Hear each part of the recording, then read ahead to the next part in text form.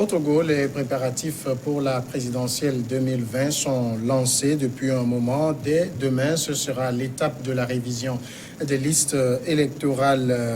Où en est la Commission électorale nationale indépendante? Nous faisons le point avec le vice-président de la Commission électorale nationale indépendante du Togo, Jean-Claude Atchou Romao. Monsieur Romao, bonsoir. Bonsoir. New York TV. Merci d'accepter notre invitation. C'est nous qui vous remercions parce que vous nous offrez l'occasion de dire à nos concitoyens comment nous avons conçu et comment sera exécuté le processus électoral pour les élections de 2020, qui sont une élection importante, je dirais même sensible, et donc pour laquelle nous convions tous nos concitoyens à aller à leurs droits et devoirs. Merci beaucoup. Avant d'entrer dans le vif du sujet que j'évoquais tout à l'heure, c'est-à-dire la révision électorale, d'abord dites-nous, au niveau de la Commission électorale nationale indépendante, dans quelle ambiance est-ce que vous travaillez? Nous travaillons, et peut-être on ne le croirait pas, parce que la tâche est lourde, mais si quelqu'un avait un œil pour nous voir au cours de nos sessions plénières, la personne sera surprise. Nous travaillons, malgré l'importance de la tâche, dans une très grande convivialité, sans perdre de vue nos responsabilités qui sont lourdes. On s'imagine qu'à l'heure actuelle, vous commencez déjà par aborder les choses importantes. La tâche devient très lourde. Oui, absolument, puisque nous rentrons dans la première étape, qui est l'étape importante, c'est-à-dire celle de la mise en place de la liste électorale. Et donc, révision, c'est-à-dire que la liste est permanente, mais à l'occasion de chaque élection, elle doit être révisée parce que il y a, depuis le dernier scrutin, il y a des concitoyens qui ont tenu l'âge requis pour pouvoir s'exprimer aussi, l'âge de 18 ans.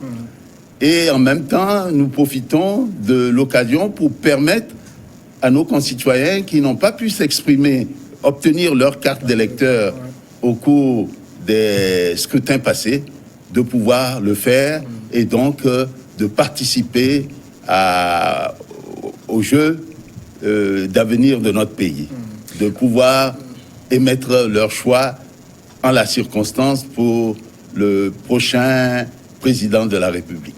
Alors vous le dites si bien, la phase de la révision des listes électorales, c'est déjà à partir de demain, vendredi 29 novembre. Est-ce que, à l'heure où nous sommes en train de parler, on peut dire qu'au niveau de la CENI, tout est au point pour cette phase-là?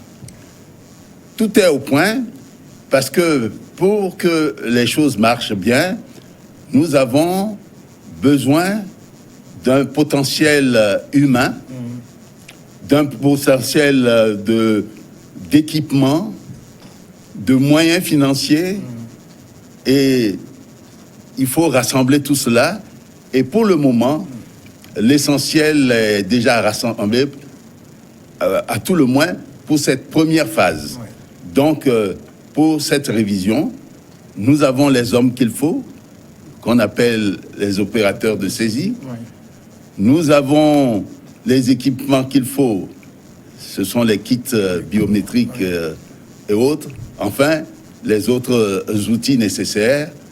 Nous avons mis en place nos démembrements qui sont les CELI, les CLC, comité liste et carte. Pourquoi on les appelle comité liste et carte?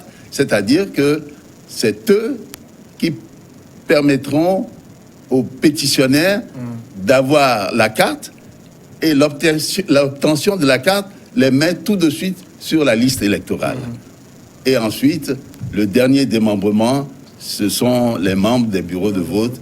Donc ça, c'est encore une autre étape dont nous allons nous occuper le moment venu. C'est-à-dire, nous avons la garantie que demain, à partir de 7 heures, je pense que c'est l'heure réglementaire, ceux qui se présenteront dans les centres de recensement pourront commencer par s'enregistrer, c'est ça? Pourront commencer par s'enregistrer, et pour ce faire, le nœud, tout le monde le sait, naturellement il faut les hommes, mais la machine doit bien marcher. Oui. En l'occurrence, les kits biométriques, vous savez, la machine ne peut pas remplacer l'homme, mais nous sommes obligés de faire avec. Donc, nous avons été amenés à faire examiner très sérieusement ces machines que nous appelons les kits biométriques. Nous avons même fait des simulations grandeur nature.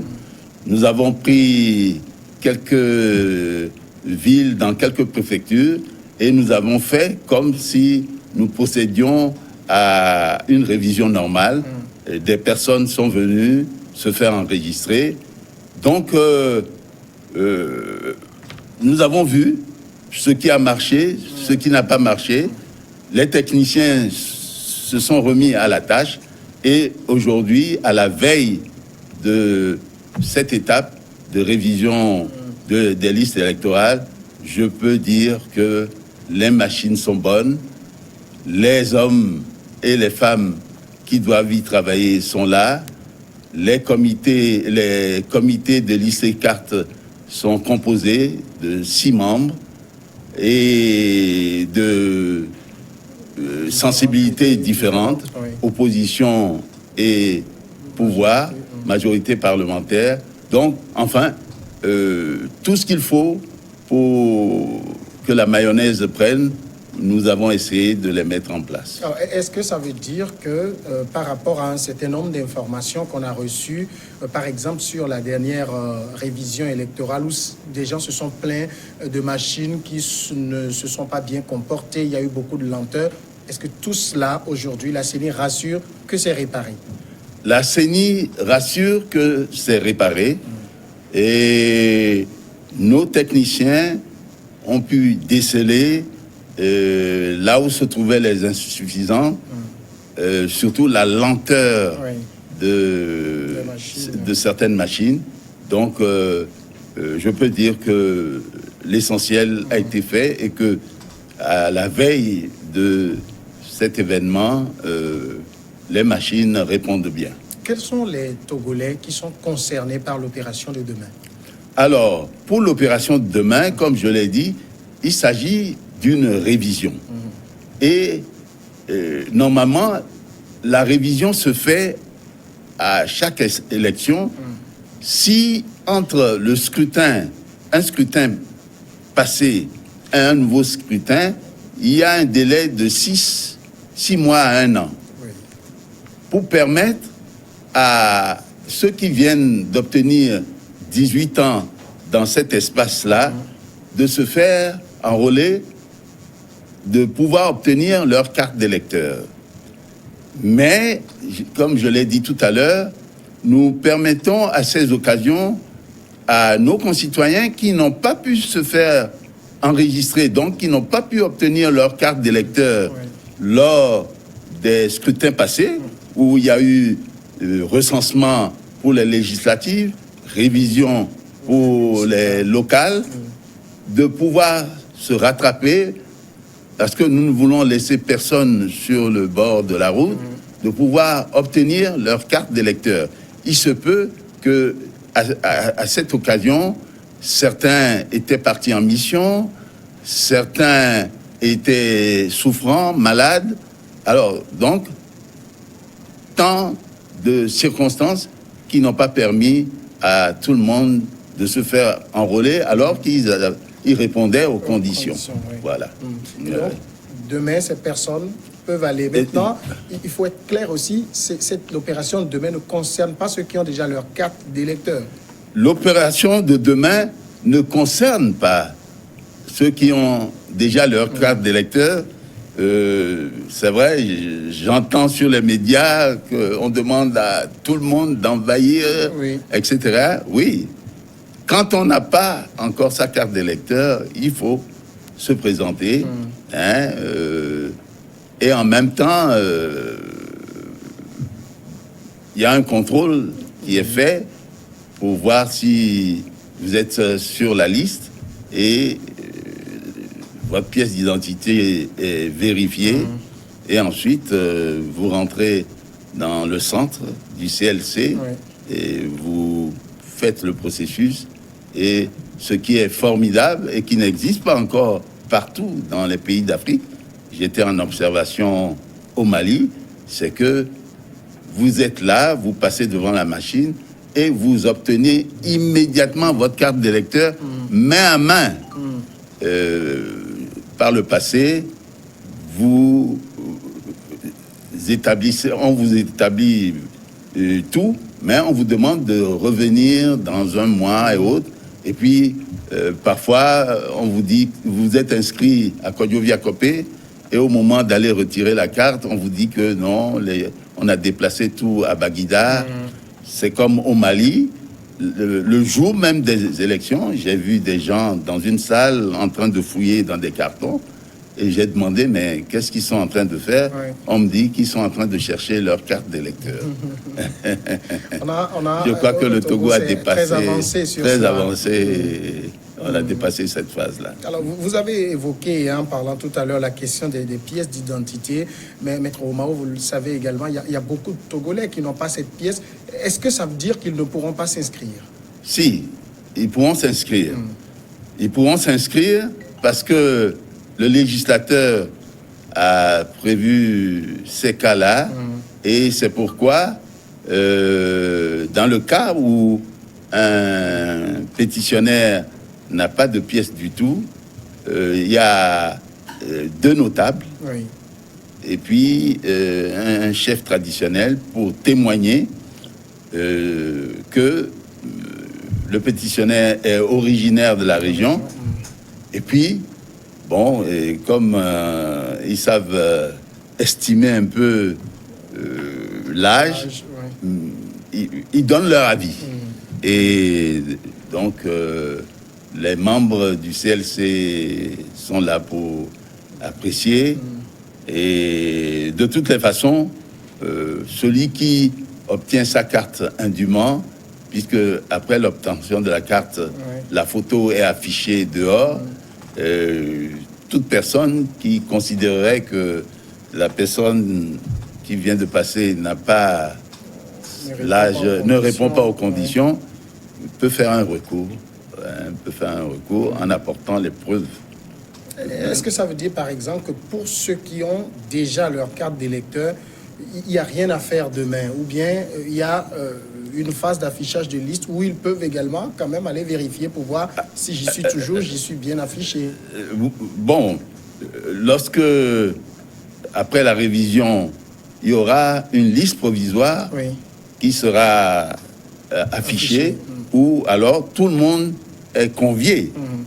Et ceux qui viennent de se soumettre à la procédure de révision actuelle, et ceux qui ont eu leur carte par le passé, de se rendre à leur bureau de vote, au centre, c'est pourquoi on appelle le CRV, c'est le centre de révision et de vote, d'aller dans ce centre pour voir les listes provisoires affichées, pour s'assurer qu'ils sont sur cette liste, et si d'aventure leur nom était omis, de s'adresser à la CELI qui est dans le ressort duquel se trouve ce CRV pour signaler, et puis éventuellement,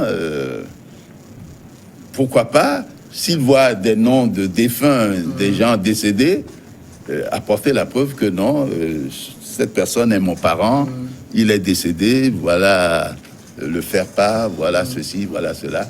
Parce que tout cela, c'est pour corriger le fichier électoral. Ce qu'on appelle souvent le fichier électoral, c'est la liste électorale révisée. Je dois, à cette occasion, dire que, à l'occasion des législatives, nous avons mis à plat le fichier. Le fichier a été totalement nettoyé. Zéro inscrit sur le fichier. Donc, ça veut dire que les défunts, les fraudeurs, ceux qui sont passés au travers des mailles, ont été descendus. Et ce recensement, ce qui est intéressant, on fait en sorte que le citoyen soit recensé dans son milieu, sur son lieu de domicile. Et surtout, nous avons tenu à le faire, cette fois-ci, en pensant au communal. Oui. Parce que celui qui veut participer aux élections communales doit être dans une circonscription électorale communale. Oui. Donc, il y a eu ce recensement, disais-je, qui a permis de mettre le fichier à plat. Ensuite, il y a eu, pour certaines raisons, certains qui ont jugé utile de ne pas aller prendre la carte. Mais, par la suite, les autorités ont permis qu'ils puissent se rattraper. Oui. Donc, il y a eu encore des apports à la liste électorale. Et puis, à l'occasion des locales, nous avons fait les révisions. Ce qui a permis encore à ceux qui n'ont pas pu se rattraper de se rattraper. Et maintenant, pour ces présidentielles, nous faisons encore une révision. Donc, tout ça, c'est pour enrichir le fichier, faire en sorte qu'il soit le plus fiable possible. Oui. Le plus fiable possible. Quand on parle du fichier, c'est cette liste électorale qui est constamment revue. Bon, c'est vrai que le problème que nous avons actuellement, il faut qu'on finisse par avoir un état civil numérisé. Et il faut, certains pays le tentent, une fête foraine qui permette une grande messe où il y aura des juges, où il y aura des chefs traditionnels pour permettre à des personnes ayant l'âge de 18 ans ou plus d'obtenir une pièce d'identité et qu'il n'y ait plus ce système de témoignage. D'accord. Voilà. Alors, autre chose également, c'est que la révision des listes électorales concerne directement les Togolais résidant au pays, mais en même temps, et c'est la première fois, les Togolais résidant à l'étranger pourront aussi voter dans 6 pays. Il y a les États-Unis, la France, le Maroc, le Gabon, la RDC et le Nigeria. Est-ce que la Commission électorale nationale indépendante a pris les dispositions pour que dans ces pays, l'opération de recensement se passe bien là-bas? Oui, l'opération de recensement doit également débuter demain, oui, comme sur le territoire national. Alors, avouons que c'est une gageure. Comme les locales, nous avons décidé de nous jeter à l'eau parce qu'il faut bien qu'à un moment ou à un autre, nos compatriotes de l'étranger puissent participer vraiment à la vie nationale, surtout quand il s'agit du choix de celui qui va conduire les destinées du pays. Alors, pour ce faire, nous avons fait comme sur le territoire national, nous avons mis en place nos démembrements et qu'on appelle CEAI, Commission électorale d'ambassade indépendante. Et ces CELI, différemment de ce qui se passe sur le territoire où les présidents sont des juges ex-qualité, et assistés d'un vice-président et d'un rapporteur de sensibilités différentes, c'est-à-dire soit majorité, rapporteur venant de l'opposition ou de la majorité. À l'étranger, il y a le chef de mission, l'ambassadeur, qui est le président ou le chargé d'affaires, qui est le président de la CELI, assisté d'un vice-président et d'un rapporteur de sensibilités différentes, issus du milieu là-bas, donc des représentants de la majorité parlementaire et des représentants choisis par les partis eux-mêmes. Parlementaires, la majorité parlementaire. Et ici à Lomé, ils ont fait des choix de leurs hommes là-bas à l'étranger. Et donc, Alors, donc, le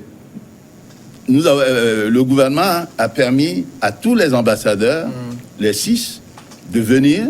Donc, nous avons fait procéder à leur formation ici à Lomé. Nous leur avons donné tous les outillages, toutes les informations.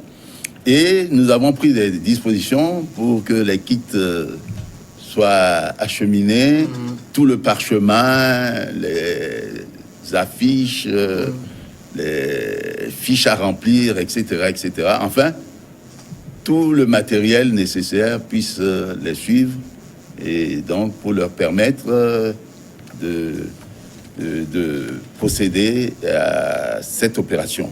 Naturellement, nous ne faisons que commencer. Donc, il y a une liste électorale qui sera établie. Et nous avons un CRV ou 2 CRV, mais qui ne seront qu'au lieu de résidence de l'ambassade et ne pourront avoir leur carte. Les conditions ont été mises. C'est ceux qui disposent de leur carte carte consulaire. Pourquoi disposer de sa carte consulaire? Parce que c'est vrai, certaines personnes se demandent, une fois qu'on a une pièce d'identité valide, on a un passeport valide, pourquoi oui, parce que il faut prouver qu'on est sur le territoire de l'ambassade. Oui.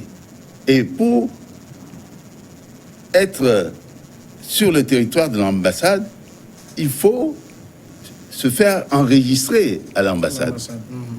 Parce que sinon, à l'occasion de cette première élection, des gens peuvent prendre l'avion et partir en France et aller débarquer là-bas, dire bon, voilà ma pièce d'identité, voilà mon passeport. Alors que quand on les mettra sur la liste de Paris ou autre, on ne les retrouvera plus jamais. Non, il faut. C'est ce que nous appelons, pour l'ambassadeur que j'ai déjà été, l'extraterritorialité. C'est le territoire togolais qui s'étend jusque-là. Donc, en allant à l'ambassade ou au consulat, vous êtes sur le territoire togolais. Et la pièce qui prouve que vous êtes partie de ce territoire togolais, c'est la carte consulaire délivrée par l'ambassade ou le consulat rattaché à l'ambassade. Est-ce que la commission électorale, parce qu'on sait que les CEAI sont également chapeautés comme les CELI ici par la CENI, est-ce que depuis Lomé, la CENI suit ce qui se fait, ou bien vous avez dépêché des gens pour observer et s'assurer que ça se déroule bien? Comme nous mettons en place sur le territoire des équipes de supervision, oui, il y a des commissaires, certains de nos collègues qui sont partis en mission sur place pour assurer la supervision de l'opération de révision qui va se faire là-bas sur le territoire étendu du Togo, à l'étranger. D'accord. Alors, finalement, vous l'avez dit tout à l'heure, à la fin de l'opération de révision, on aura un nouveau fichier électoral. Jean-Claude Romao, vous savez, tout ce qui se dit sur le fichier électoral, vous l'avez dit tantôt, et moi je voudrais peut-être vous l'entendre confirmer, le fichier qui sera issu de cette opération de révision sera-t-il un bon fichier électoral? Il sera un bon fichier électoral, mais personnellement, je le dis, et ça ne regarde que moi, le talon d'Achille que constitue l'occasion offerte de pouvoir se faire enrôler sans aucune pièce, Oui. c'est un hic. Mais je sais que les autorités y pensent et que comme cela s'est fait dans certains pays, je cite la Côte d'Ivoire, j'ai ouï dire que bientôt il y aura une fête foraine. Ceci mis à part, il revient aux membres des CLC d'être vigilants, il revient au processus d'être vigilants pour que seules les personnes répondant aux conditions, c'est-à-dire d'abord les personnes ayant 18 ans, jouissant de leurs droits civils et politiques, Oui. et que, bon, quelqu'un peut ressembler à un Peul, mais avoir une carte d'identité togolaise dûment établie. Bon, c'est le faciès qui le fait peu, mais il faut vraiment vérifier. C'est pourquoi je me permets sur ce plateau de demander à ceux qui ont leur carte d'identité de ne pas s'amuser à venir dire qu'ils ont perdu leur carte. De toutes les façons, aujourd'hui, pour la fiabilité du processus, avant, on ne tenait compte que du faciès. Oui. Et ensuite, on est passé aux 2 pouces. Maintenant, on y ajoute les 2 index. Les empreintes des 2 pouces et 2 index. Que ceux qui veulent s'amuser à se faire enregistrer ou autre, de toutes les façons, pièce ou pas pièce, vos empreintes, vous allez les déposer. Et si d'aventure vous avez déjà une carte d'électeur, la machine va la sortir. Et si il s'avère qu'il y a une intention frauduleuse, vous serez frappé par la loi. Oui. Jean-Claude Aumont, nous arrivons à la fin de cet entretien. Si vous avez un appel à lancer à l'endroit des concitoyens, quel serait-il? Oui, l'appel, c'est que avoir sa carte d'électeur, c'est ça qui démontre que vous êtes citoyen. La carte d'électeur n'a aucune couleur.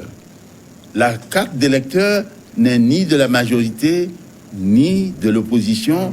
La carte d'électeur, c'est cette pièce citoyenne qui permet à tout Togolais qui l'a, à un moment où une décision importante qui concerne la vie de la nation va être prise, comme bientôt le choix de l'homme ou de la femme qui va présider aux destinées du pays, que vous soyez présent. Les exemples dans beaucoup de pays ont permis de constater qu'il y a eu des candidats à des élections présidentielles qui n'ont été élus qu'à une voix. 51% contre 49%. Parce qu'il y a eu un citoyen qui a mis sa voix. Donc, la voix de tout le monde compte. Donc, que tout le monde aille chercher sa carte d'électeur pour que le jour venu, il puisse voter. Jean-Claude Aumont, merci d'être passé dans cette émission. Ben, c'est moi qui vous remercie. Merci. On va observer la pause et puis après le journal, c'est regards croisés.